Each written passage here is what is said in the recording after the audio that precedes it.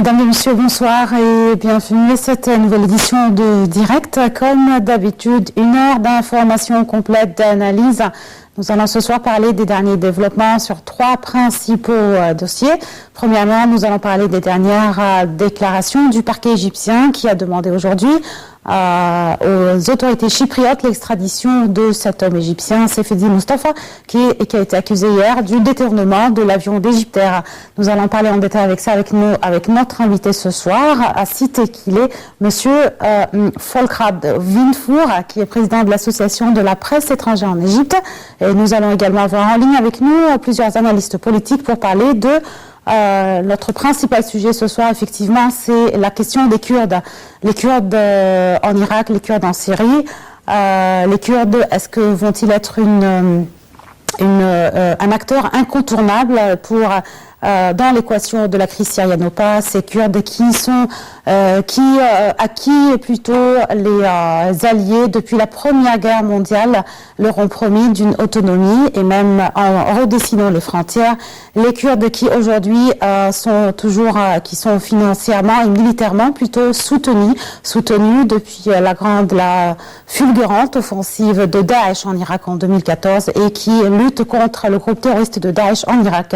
nous allons également évoquer plusieurs angles ce soir concernant surtout cette question des Kurdes et surtout on va parler de la visite de Recep Tayyip Erdogan aux États-Unis auquel il doit se rendre demain pour participer au sommet de la sécurité nucléaire aux États-Unis, à Washington plutôt, et ce sommet qui a été préparé ou qui a été plutôt lancé à l'initiative du président américain depuis 2014.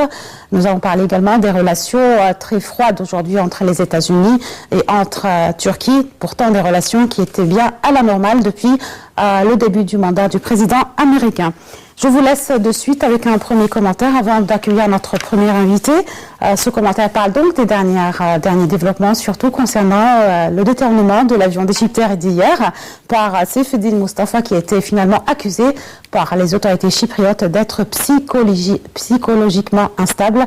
Voyons plus de détails et surtout l'appel du parquet égyptien aujourd'hui pour l'extradition de cet homme pour venir au Caire. De suite, un commentaire de AHL qui vous est présenté par Sarah El-Mahrabi. Après environ 8 heures de tension, le pirate de l'air égyptien est sorti vers 12h GMT de l'avion de la compagnie Egypt Air sur l'aéroport de Larnaca qui avait été fermé au trafic. Il a été immobilisé au sol par des policiers qui l'ont fouillé avant de l'emmener dans un bâtiment de l'aéroport. Entre-temps, le Premier ministre et le ministre du Tourisme Mohamed ont accueilli les passagers à l'aéroport de Caire. Ils ont été accompagnés par le ministre de l'aviation civile, Chérif Fathi, et un membre des responsables du ministère de l'aviation civile et de la compagnie Egypt Air. Le ministère de l'aviation civile a affirmé à la télévision d'État que les passagers et les membres d'équipage sont sains et saufs. L'Airbus A320 avait été détourné en tout début de matinée alors qu'il assurait la liaison entre Alexandrie et le Caire. Le pilote avait annoncé à la tour de contrôle qu'un homme menaçait de faire détenir une ceinture de explosif, le forçant à se dérouter sur Larnaca, selon l'aviation civile égyptienne. Selon M. Fathi, il n'avait ni pistolet ni aucune arme. Nous ne savons pas encore si sa ceinture d'explosif est réelle, mais nous avons considéré qu'elle l'était pour la sécurité des passagers. Le président chypriote Nikos Anastasiades a ensuite affirmé que son acte n'était pas lié au terrorisme. Selon une source gouvernementale chypriote, le preneur d'otage a demandé à voir son ex-compagne chypriote qui a été emmenée à l'aéroport depuis son village accompagnée d'un enfant. Le vol détourné transportait 21 passagers étrangers, 8 Américains, 4 Britanniques, 4 Néerlandais, 2 Belges, 1 Français, 1 Italien et 1 Syrien, selon le ministère de l'aviation civile égyptienne.